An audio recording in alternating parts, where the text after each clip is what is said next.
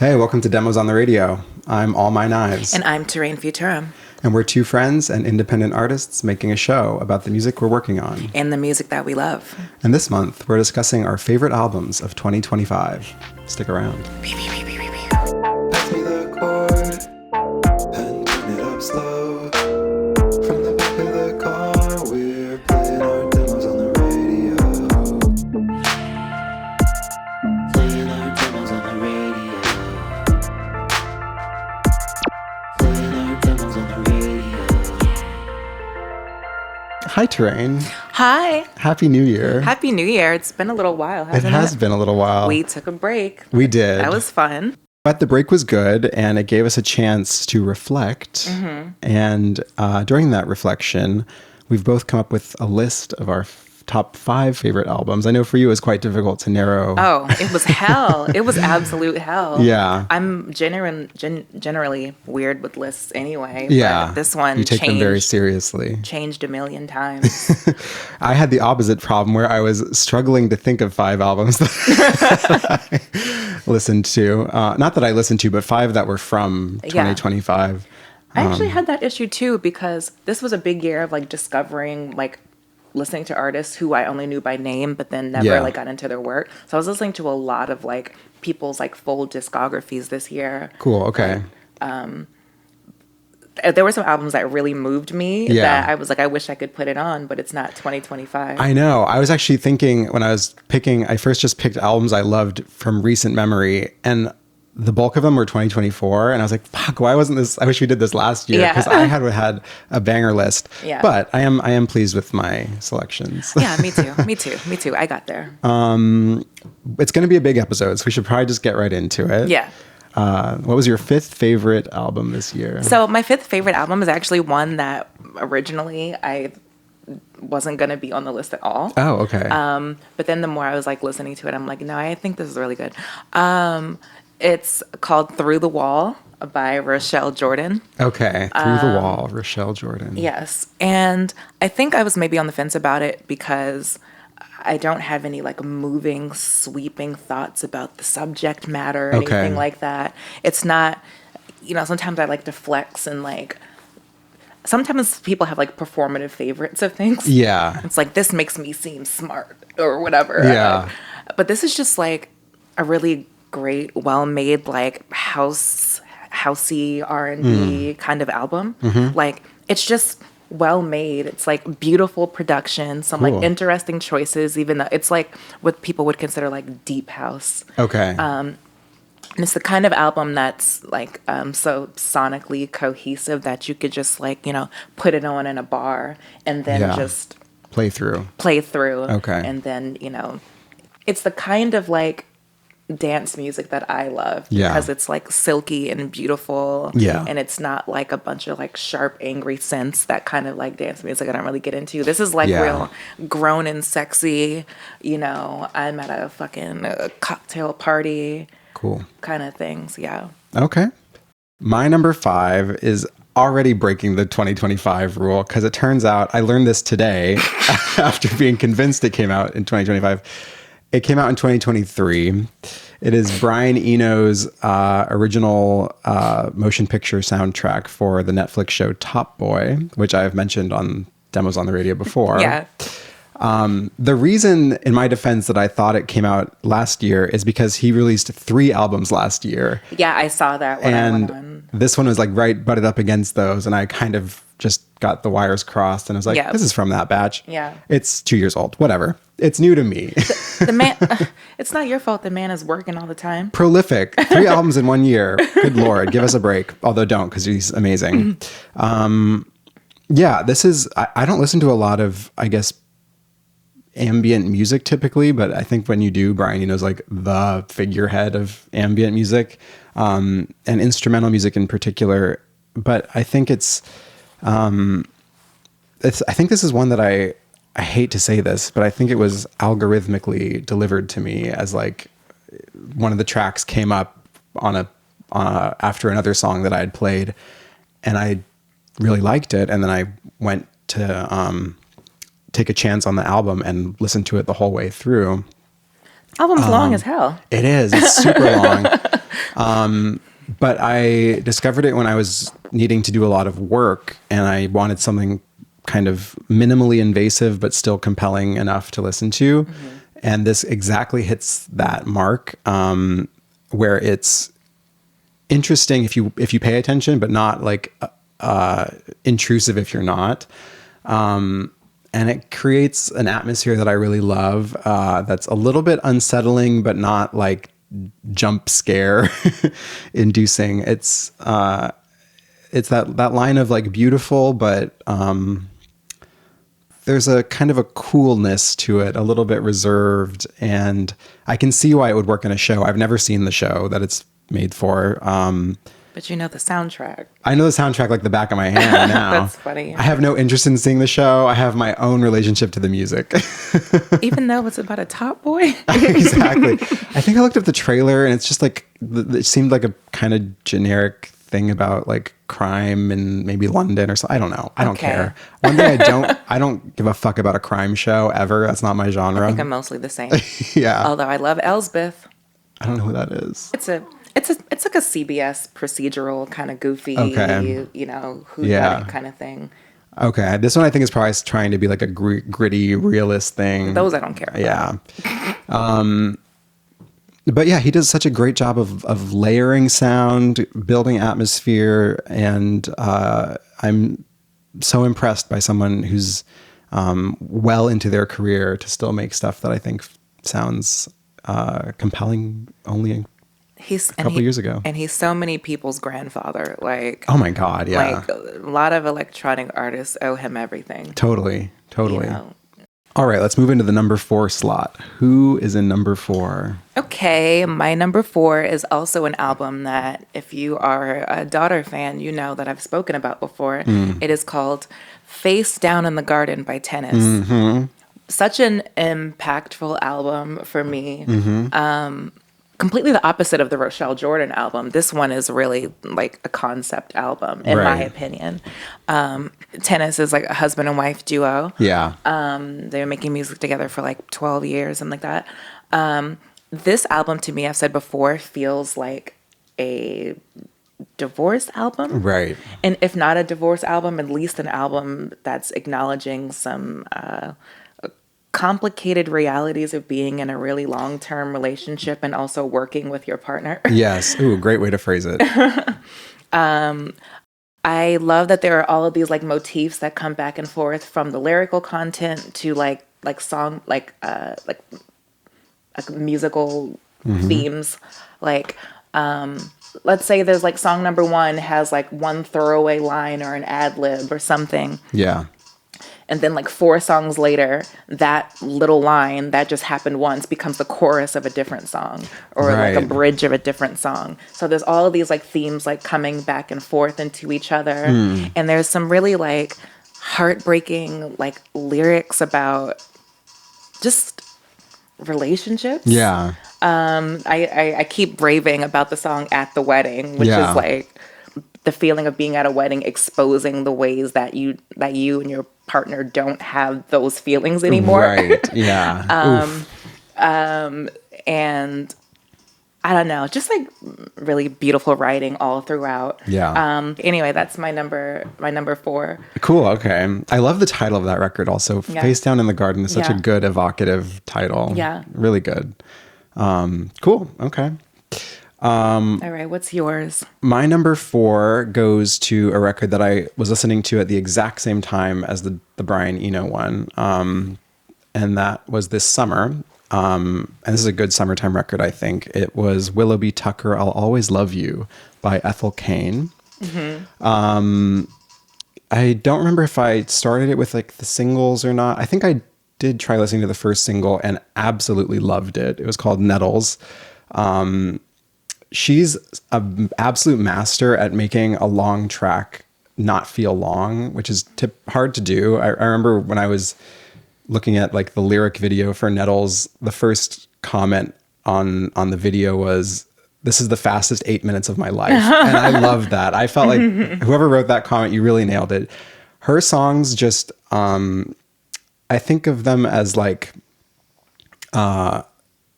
film turned into music. Basically, you can really picture the landscapes and the characters that she writes about. She's a narrative lyricist, so she has characters that she writes around and a world and a story.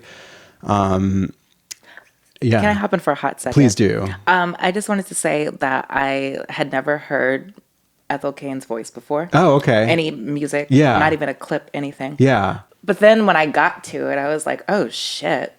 This is great. Okay, good. You liked it. And I agree that it did not feel It doesn't feel quite as long as it is, right? Yeah, I was pleasantly surprised. I honestly was kind of expecting to like not like it too much, or I thought my thoughts would be I see why people would like this, but it's not interesting enough for me. Okay, good. That's what I thought it would be, and it was not that. Oh, good. I'm really happy to hear that. That's kind of how I feel too. I think my initial thoughts around that, any artist that gets a lot of press and kind of, for me, she was one that kind of appeared out of nowhere. And there's always like a level of skepticism around that. But for me, she really holds up. We'll talk about Dust Bowl in particular. That was my favorite track that I picked off of the album. And I think the reason I picked it as my favorite is partly for that reason of being a 6-minute track that just doesn't feel that way. She structures it really well, where it is pretty sparse and slow for the first half. And then by the time the second chorus hits, there's like a wall of heavy guitar that just falls down like a waterfall. So beautiful. And it's so gorgeous. It's so beautiful. It really is. She for some reason gives me like, I feel like I'm living in her world when I listen to her music. I feel like I'm in the South and it's hot and there's the like stifling oppression. There's like the presence of the church in there that feels like heavy, and you feel like you're just steeped in it. And she also has this like, at first I found it a little bit off-putting, or just like a bit weird, the way she has this kind of forced vibrato in the chorus where she like leans on a word and goes like, I love that. I do too now. At first I was like, I don't know, this is such a weird thing. And now I'm like, this is cool. It's so cool. She's somehow doing adding a lot of freshness to like what is ostensibly guitar music, and that's not easy to do, I think, anymore. I would like, maybe my expectations were low. Okay. But I was like really surprised at like you said. Yeah. The style it's kind of hard to like, in my head, I'm like, how much could you do? Yeah. How much could you, like, I get the vibe. I knew the vibe. I told her I never listened to her stuff, but I like got the vibe. Yeah, visually her vibe is apparent. There's like strong visual branding. For sure. So I thought at best that'd be like, you know, sometimes you like respect something, but it doesn't move you. Yeah, absolutely. Yeah, for sure. That's what I thought it would be like. So I was like really impressed that I was like really into that song. Cool. Okay. Well, I hope you'll continue to check out some of her music. I'm going to listen to that album. I think you'll really enjoy it. Again, that's another one that like is like listening to a film or a book, I think. So that's my number 4. Oots. And number 3, who do you have? What do you got? It's time to get spicy. Oh, actually, no. This one's okay. Spicy is my number 2. Okay. This one is super fun and easy as well. My number 3 is the People's Princess, PinkPantheress. PinkPantheress. Cool. She's great and perfect. And what else can you say? I mean, it's called Fancy That. Yeah. If I didn't say that already. Yeah, it's her first foray into like what I call like thick music, thick electronic music. Okay. It's like, what do you mean by that? It's like big, fat, and loud. Okay. Maybe it's because I haven't heard the whole thing, but that wasn't my initial impression. But let's hear. Well, just even from like a master standpoint, these things, if you play this in the like within anything else, it's like you can tell there's a difference. It's infinitely louder than like a lot of modern music, in my opinion. Wow. Okay. I feel like it's mixed like stadium EDM. Gotcha. Okay. And she always has made like electronic, like music, like dancey music. But it was always like a mix of different things. It was never like, I feel like she's the kind of electronic artist that's, well, she's a pop artist. Yeah. But she just has like influences that pull from like different spaces that people don't usually expect of like a pop artist. Yeah. So I think that's why she's often associated with like electronic music. Also, she's a producer. So. But this one was, I think it was less of a mix of things. Okay. It was very much like, this is a club project. Sure. Okay. Yeah. For the most part. It's like very, I just describe it as like big and fat. Okay, cool. And there's less like nuance to it. Like I think some of her previous work, it felt like kind of like a mix of a bunch of different things. And it also felt more like intimate. And this one just feels very like big and polished. Cool. Okay. And yeah, it's like real like four on the floor. It's just like a big album. Great fun stuff. I think she's a great writer. Her references are so unique to her. Yeah. You can hear that she is a producer because there's not like she's pulling from like, you know, like early 2000s like British DJs that never even really popped off in the US and stuff like that. And like jungle and like drum and bass and stuff like that. Yeah. She's not, I'm going to move it. She's not, you can tell she's not like a pop product where there's like a bunch of like, you know, 47-year-old white men in the room using their references on a new girl. You know what I mean? Yeah. Well, that's enticing. Fancy that. If you want a big, if you want to like oonce for like 18 minutes. Yeah. Put that on. Yeah. Oh yeah. All right.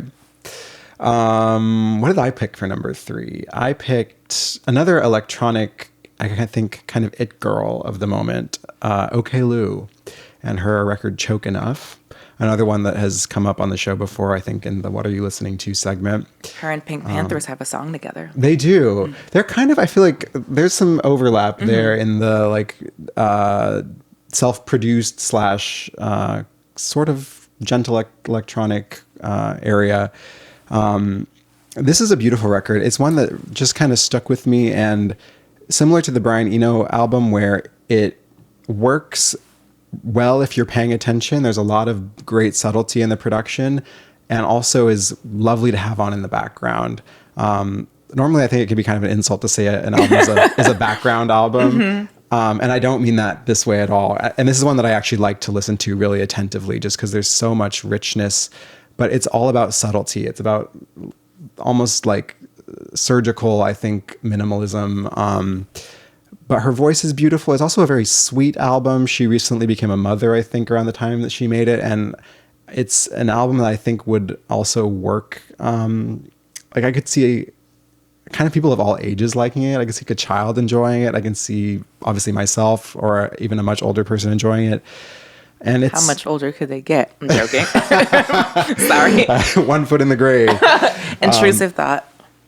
But I think the kind of like synopsis that I wrote down for it was it feels both like ancient and modern. It's like auto-tuned chamber music with a choral aspect and massaged by electronic beats. It's just it's a weird mix, and I really think it's beautiful. Yeah. For some reason, this one really just kind of like gently embraced me and never let go. Oh, that's cute. Yeah. Like I know I like it. I just haven't gotten into it yet. Yeah. Well, it's a good one. oklou, Choke Enough. And that, great title as well. Yeah, very interesting title. A little aggressive for how nice the music is. Yeah. All right. Should we climb up to number 2? Okay. Who you got? So another People's Princess, parentheses American version, Addison Rae. Oh, Addison's at 2. Okay, Addison's cool. at 2. What the hell is her album called? It's called Addison. It's called Addison. It's called Addison. Yeah. You know, despite all the odds, despite everyone wanting this girl to be a vapid nothing lady, Great album. Just great, interesting pop music. Yeah. You know, she has her, you know, the key to pop stardom is get a Swedish production duo. Yeah, exactly. I don't know what they have going on over there. What is in the water in Sweden? I know. But yeah, it's like, I don't know. It's just like, we've had many conversations off camera about her album, about her. And something that I hope it's fine to say. Yeah, we'll see. Something you said to me that I really sat with was the concept of like, you thought maybe I was impressed by it because my expectations were really low. Yeah. And that, you know, the stereotype of like, you know, someone who's like an internet girly that, you know, turns around and goes, surprise, I make music. Yeah. And superficially, it can look like someone just capitalizing on internet attention. Yeah. And like, look, my only thing I care about is the work. I don't care how you got started, but you have to work. Yeah. And I think that she made decisions. Like, she clearly has taste, and you can say that like it's other people's ideas, but curation is also a thing. Mm-hmm. Andy Warhol, hello. Yeah. She could hear the things that were happening and be like, I want to work with these people. Yeah. And I think there's like really, a lot of the production has this sort of like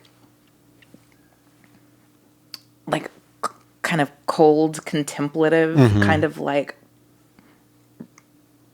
feeling to it. Yeah.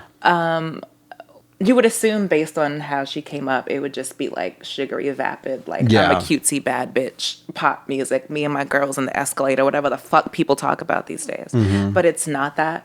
And even in the production, it's not that. Mm-hmm. Like there's some beautiful vocal melodies and some beautiful production, some like really weird choices that like didn't have to be made. You didn't expect them to be made, so there is an element of surprise there about like, oh, okay. I don't know. I really like all of it, and there's just like really pleasant sounds on here. Yeah. And really, there's like interesting thoughts if you relax your mind enough to let it happen. You know what I mean? That's a good way to put it, and I'll take that advice. You can't go into it looking to be proved wrong. Right. You just have to let it wash over you. All right. My pick for number 2 is another one that's been discussed on the pod. It's EUSEXUA. It's FKA Twigs, EUSEXUA. I forgot about that. Not going to go too into it because I said a lot about it before. Oh, yeah. I love this album. I talked about it on our best album openers. I have since sat with it more and continue to love it all the way through. Because I think EUSEXUA has for example, a happy song that I think is so weird and like unique for her is like Room of Fools, which feels like ecstatic. I love that song. Yeah. I love that song. It's really cool. Also Childlike Things is an interesting, exploration of levity. And I just think I haven't heard anything like this from anyone else. My favorite song on the album is Sticky, which is probably like the most like heartbreakingly slow and is very much my style. And I think leans into one of her strengths, which is the sort of fragile beauty. FKA Twigs, I think, is so beautiful in a way that's akin to like a baby doe taking its first steps. Yeah. And then right at the end, it gets crushed under this like steel boot of electronic noise, which is so kind of like disgusting and violent, but the contrast I find really compelling. I remember the first time I fucking heard that song. Yeah. Like, you don't expect it. You don't. Because it's so, like, soft and pretty and beautiful. And it cuts her off mid-phrase, too, in this heartbreaking delivery. I still kind of hate it in a way, but I love that I hate it. Like, it's supposed to be awful. Yeah, yeah. And this album is just, it's to me, it's like bodily catharsis, and I love it. I just think it's so cool. This was going to be on my list as well. Yeah. But we decided that we're not going to have any overlap for structure reasons. We can share it. Yeah. I agree. It's really beautiful stuff. And, you know, I've spoken previously about my feelings about, you know, the way it was marketed and how I don't think it works in certain... It's a headphones album to me, or play it in your house alone type of thing. But... if you were to come into it not knowing anything about its marketing, you would just be like, wow, this is a stunning album. Yeah, it's just so cool. And I've been listening to it again because she released a project after that that I think has more of like less like highs and lows. Like and within each song, it's more like in the middle. And so a part of me was like, maybe I like that better. But then when I went back and listened to the original one, I'm like, oh no, this is way better. Okay, yeah. It's just, I mean, that's like, to me, it feels way more associated with the 2019 album Magdalene. Yeah. Mm-hmm. Like those are like those are art girl projects. Yes, absolutely. They're very like, you know, very careful, very everything's like specifically considered. You listen to it and you're like, nothing here was a mistake. No. Like nothing here was like a limit, like, you know, affected by a limiting factor. Right. You know, she listened to every single second of this over and over and over again. Yes, exactly. And I'm always impressed by that kind of... It's a huge accomplishment. And usually when people have that kind of accomplishment, they kind of come out with like big, straightforward, generic pop music. Yeah. But to apply that type of precision to something that's also like weird and interesting and dynamically challenging is really cool. It is. She's for me kind of a 1 in a million talent. I have nothing but admiration for her. All right. And that brings us to number 1. Oh my God. Can you believe we're here? I cannot. What is your favorite album of 2025, Torraine? Favorite in, you know, quotations, because these are like children and we can never pick favorites. But this one, this one has a really special place in my heart because this person released an album in the same year that I discovered them.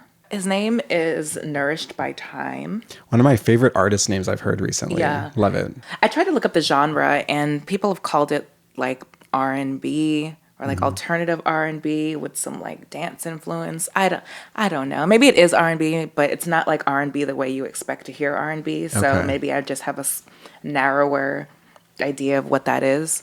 But sometimes people just call something R&B because a black person made it. So I don't know.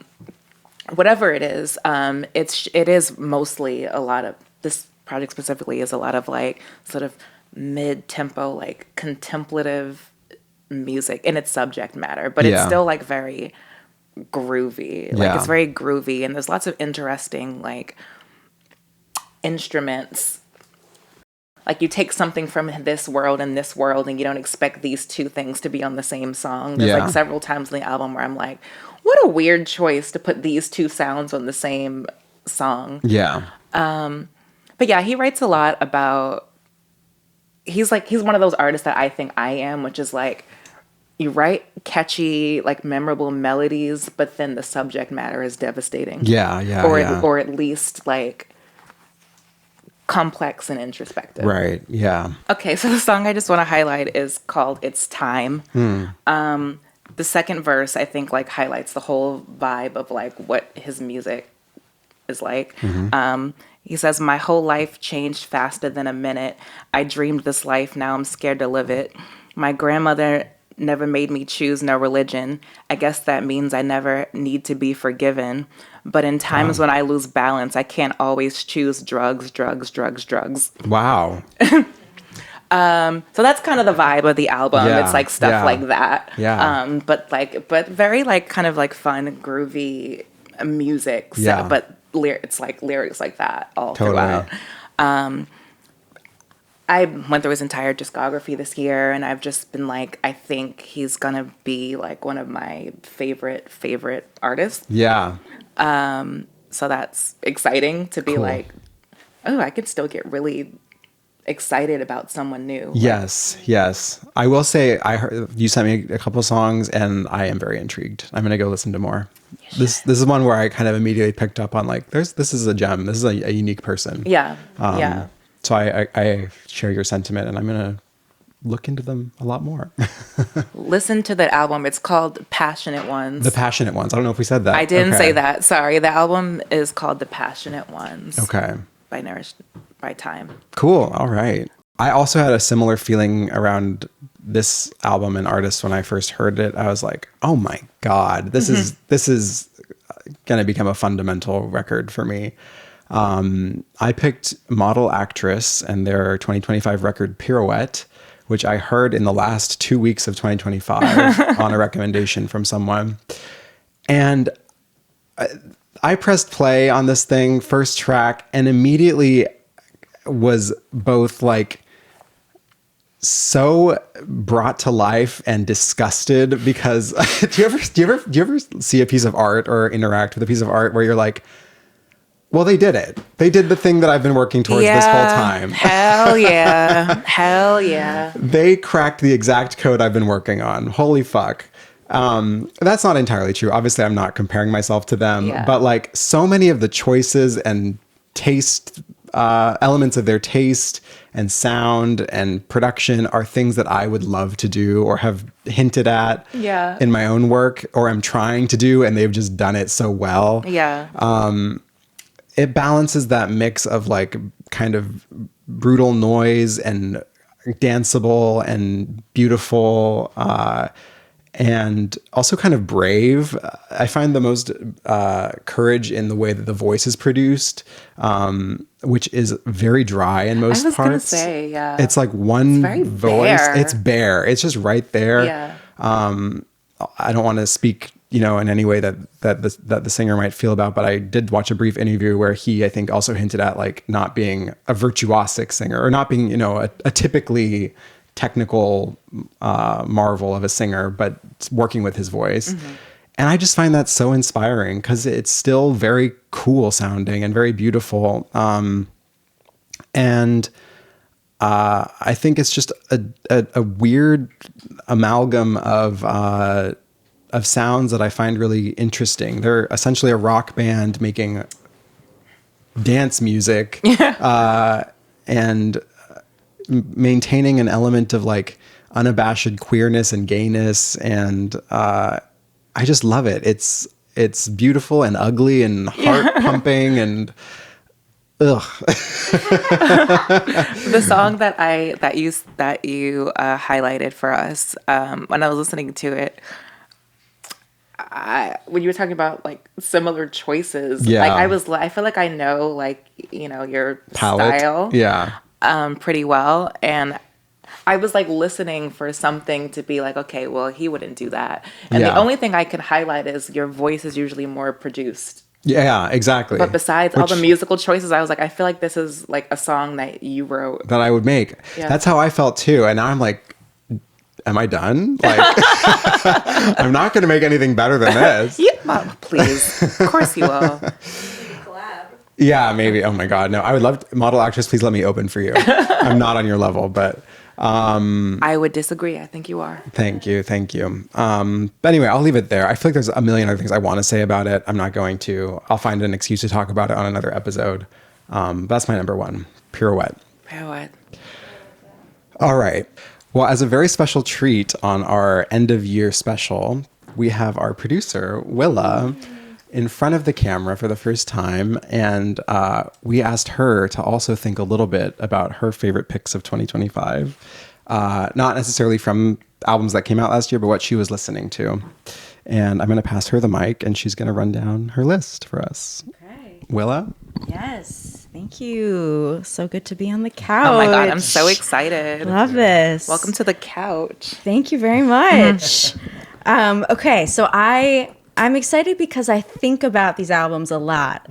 I'm in my head a lot, and now I'm finally gonna tell the world to Cavell. I did go against the assignment. Okay. These are not 2025 albums for the most part, but I've been obsessed with them in 2025. So first I want to talk about Rosalia. Oh, yes. Yes, I'm kind of obsessed with Rosalia.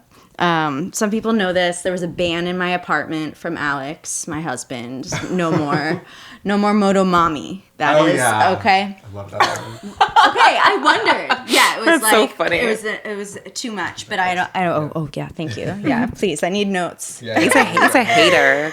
Moto Mommy's like medicine for me. I transform in my head when it's on. I have a few albums. I don't know if you guys relate to this, where like you put your headphones on before you're going out and you have so much of a better time in your head or getting ready or walking on the way, listening to that album, going crazy in your head. Yeah. That's the best part of the night. So I have that with Moto Mommy. Cool. Okay. A lot of bathroom. It's your Pump Up album. Pump Up. And I really want the world to know, because I think it feels so, it like just like rocks you. I think she, there are songs in it that are super based in her flamenco roots, and I love flamenco, but then it goes crazy, and there's sounds that otherwise, I'm not an electronic person, that I would probably find annoying in other contexts. And they just feel so free and crazy and kooky and sexy. Yeah. Oh my God. I think it's like activating. So I really recommend if you feel low, it's January, kind of blah, it's like Moto Mommy. Yeah. Okay. Love it. It's old news, but not in my bathroom. No. Not in my bathroom. Got it. Right. Yes. Okay. All right, what's your next one? Next one, D'Angelo. Okay. Also, very old news. He passed this year, so I revisited. Wait, which album? Can't choose. Okay. Can't choose. Just been listening to D'Angelo. Yeah, Heard. I would say probably Black Messiah, which is D'Angelo and the Vanguard. But Voodoo also so beautiful. I think, again, just like feels so good. I think if everyone listened, like by everyone I mean like everyone in the world listened to D'Angelo, we'd be in a better place. Oh, that's beautiful. It's like grounding. It's sensual. I was reading his obituary again, and they were talking about how his music to the mainstream got kind of like the perception was a bit distilled because of his beautiful nude Untitled How Do You Feel music video. Right? I remember they were saying that how sexualized and how like it kind of ruined him on music for a while. Right. Because people didn't see him as more than that video. Right. And it's kind of interesting that doesn't really come up in conversations with like men being objectified and that being like the distraction. So that's interesting. Yeah. So another reason why I just encourage a re-listen for everyone. Next one. Okay, actually my only current, very talked about, Lily Allen, West End Girl. Okay. I am very curious your guys' thoughts. I haven't listened to that one either. Oh my God. Stephen did. Guys. I haven't heard it either. I've seen much talk about it, but I haven't so much talk. I'm excited to tell you real quick. When I first, Alex actually, my husband told me to listen to it. At first, he would. He knows, and I didn't listen. I listened to the first song and I didn't get in. It is totally one of these albums that it is all about. It's about the whole album. Listening along to it, it's like following a novel or a memoir that's more accurate, but it's such a close look. So I won't give it away, but it is a super, super up close look at a marriage I've been seeing the memes. I've seen like memes of lyrics and, you know, stuff like that. Yes. I have too a little bit. The lyrics are like hilariously vulnerable and open. So much about open marriage. There's a really, it's what from the description could sound like navel-gazy is not at all, because she's so playful and self-aware, and it's so humorous and honest, and speaks so much to like feeling desperate and wanting to be desired, and each song like builds off the other because it's the story. Oh God. It is the story. And so I say that to say I wouldn't necessarily pull any song out and know that I would like be like, this is the best song. Right. But with the context of this world where she is just kind of bravely speaking to this, in some ways, really universal experience of like feeling at the whim of someone else and that being pretty crushing, and then having to renew yourself. So a fun surprise, cool, I would say. Next ones will be quick. I love Andre 3000's Flute album, New Blue Sun. Just beautiful soundscapes, otherworldly, great to shower to. That's one I have heard. I only listened to it like twice, but I really remembered really enjoying it. It's nice. Different than anything I've listened to, so recommend really to like get outside your head. The first time I heard it, I was hooking up with a stranger. Oh wow! That's good. There's a good memory job there. Did I put it on, or you put it on? Or it was just on. He was like, Andre 3000 released a flute album, and I was like, put that on. Yeah, and it was like a great backdrop, honestly. Nice, exactly. Yes. All right. Last one is a album I've loved. This was a singer plays with a band, but pop artist that I discovered at a local bar, Cassette. You've played. We both have. Okay. We yes, of course. I was wondering if I hallucinated that. No, you did. And this wasn't that show. Actually, my cousin, Odetta Hartman, great singer. Yeah. Absolutely. I think this was the same show. Their name is Softy, and I love them. I think I've brought them up. Cool. I think you mentioned it to me. I think I have. Is it TIE or TE? TEE. Okay. I've been raving about Softy. I was in awe when I was at this show. Their voice like just flies out of them like an incredible force. Wow. And really witty lyrics, really 2026, like feels very modern. And yeah, really fun. And again, like activating, cool. Good feels. So I think more people should know about Softy. All right. Softy. Yeah. We're all going to listen to Softy this weekend. There we go. Nice to shout out maybe a smaller artist. Exactly. Yeah. I feel like I don't do that enough. So we should do that more. Yeah. I like that we keep doing what we're listening to. I'm learning about artists through you guys for that. Aww. Okay. I've said my piece. Everybody give it up for Willa. You did amazing. Thank you. I'll go back to the camera now. Alrighty. All right. Thank you, Willa, for coming on. Amazing. That was lovely. West End girl and etc. Softy. In the interest of not making our episode 3 hours long, we're going to do rapid fire demos. Oh, yeah. So we're going to just briefly intro them, say 2 things about them at the end, and then keep going. Okay. I'm going to go first. My demo is called RAT Party. Let's just play it and then we'll talk about it. Okay. Great intro. Let's go.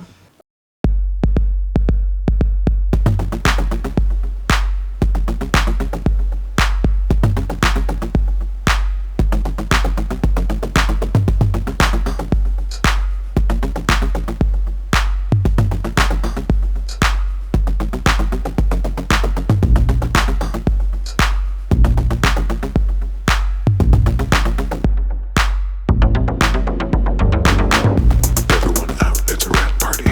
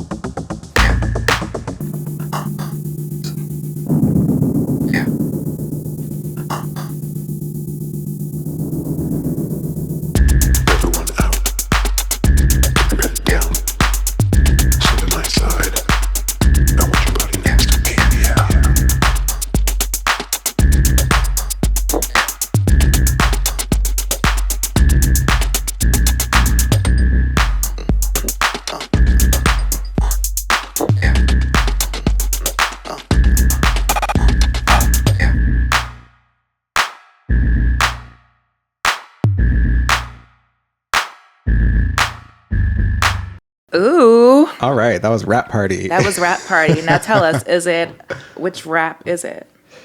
Which rap? Like, what do you mean? Is it like W or is there Oh, no, it's W? RAT, R-A-T. Oh, Rat Party. So I was fully wrong. Got it. Okay. Yeah. Although there is, I guess, technically rapping of a sort. Yeah. No, R-A-T, Rat. Okay. I'm not going to dissect lyrics really too much. It's supposed to be kind of a dirty, sweaty, sexy party song. Oh, yeah. So there's a lot more lyrics that I've recorded and have put in. But initially there's that little bit right now. Yeah. Quick reaction. I love it. Cool. Okay. It's real, like, grab you by the throat, like we were talking about before. Yeah. I said, nasty drums with a million exclamation points. Thank you. That's Lots the point. Lots of good drums. Okay. Lots of good drums. I want this one to feel filthy, hence the name. Yeah. I said nasty drums. Basically all of that. Great. Really great. I really like the vocal production on here. Okay, cool. It's like that. It's like, it's creepy. I like that. Cool. Okay, I was going to ask about that because it's sort of a risk or an experiment. It's a vocal that's pitched and like sped up, so it's not my natural tone, which allows me to like speak a little faster, and I think it sounds kind of cool. Oh, absolutely. I thought it was a really good, interesting change. Cool. Okay. Ooh. Hell yeah. We're leaving it there. Rat Party. Fine. Great. Sounds great. Thank you. What's the title of your demo? It's called Final Form, but spelled, well, none of the vowels in there. Okay. So it's FNL. Okay. But then it's the letter 4. RM. Cool. Okay. Final Form. Final Form. Here we go. Can I just really quickly say? Yeah. It's not anywhere near close to finished. Okay. I actually here's the meme that like shows what this demo sounds like, because I obviously worked more on like the beginning vocals, but then by like halfway through the first verse, you can hear it all fall apart. Okay. This is the song. Okay. I'll put this on screen. It's basically when the client asks to do it faster, horse meme. That's this song. You can hear like, oh, she was starting to do something and then I just didn't finish. Okay. Final Form.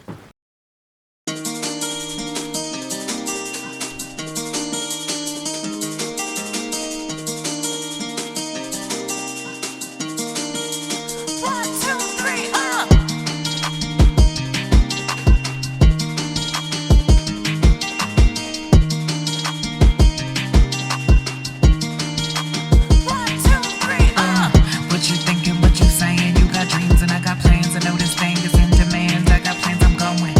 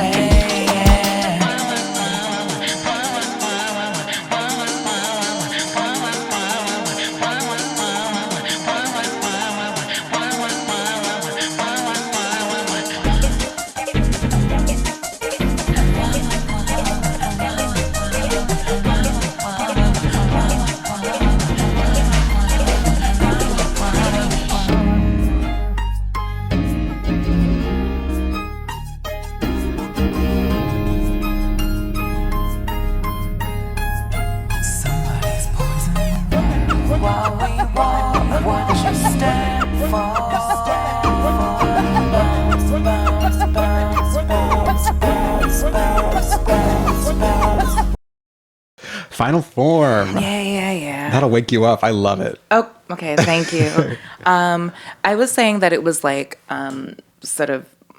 It's so far from finished. The volumes are all over the place. There's a bunch of backing vocals that aren't there. Yeah, that's okay. Ad libs. Like, it's gonna be way more full as far as like, and there'll be more like. And then some of those vocals are like just obviously like it's baked in. Like, you know, the ones there are not gonna be the final ones. Yeah. And yeah. That's anyway, okay. it's just like this is like the most like unfinished thing I've ever presented to you all. Okay. It's like, so, you know. Factor that in. Sure, that's fine. But it feels like everything is there that just needs to get moved around and polished up. Like, it doesn't feel like it's missing an element, which is good. Like the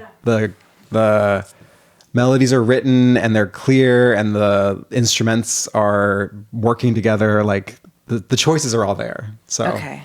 I love it. It feels like kind of like maximalist in a way, but like in a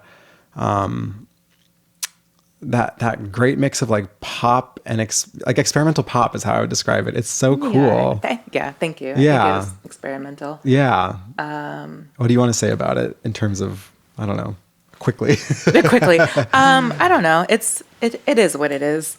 There's like another like whole like a 2.5 minute song that was going to be stitched to the end, but I kept like failing at singing the parts. I've rewritten it like a few times, but I might just like leave this as it is and then have the next one just like come after part something. 2 just be like right after it. Yeah, because that, I don't know, that feels kind of done, but it does feel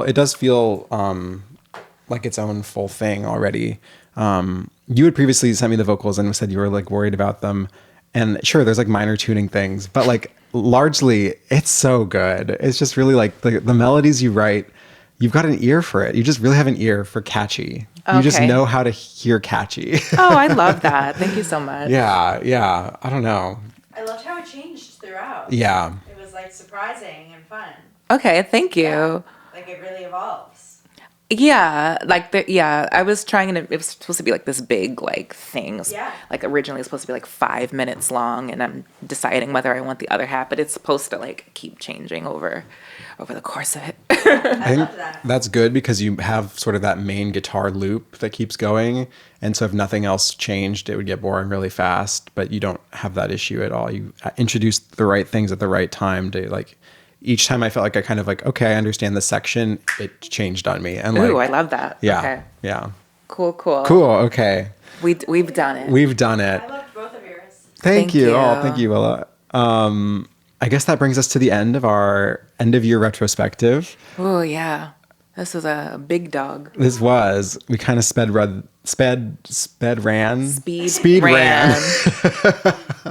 Speed ran the episode. Where can people listen to your music, Torraine? What's my name? My name is Torraine Futurum. You can find me in all the places under said name. And I am All My Knives. Our show is not about comparing, but it is about sharing. And what's your message for the people? Ask your friends what they're working on and stop using ChatGPT. Hell yeah. This show was made entirely in AI, though. Bye. Bye.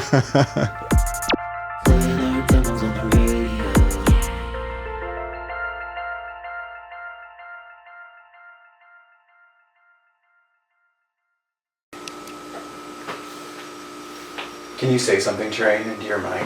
What's up, assorted bitches and hoes?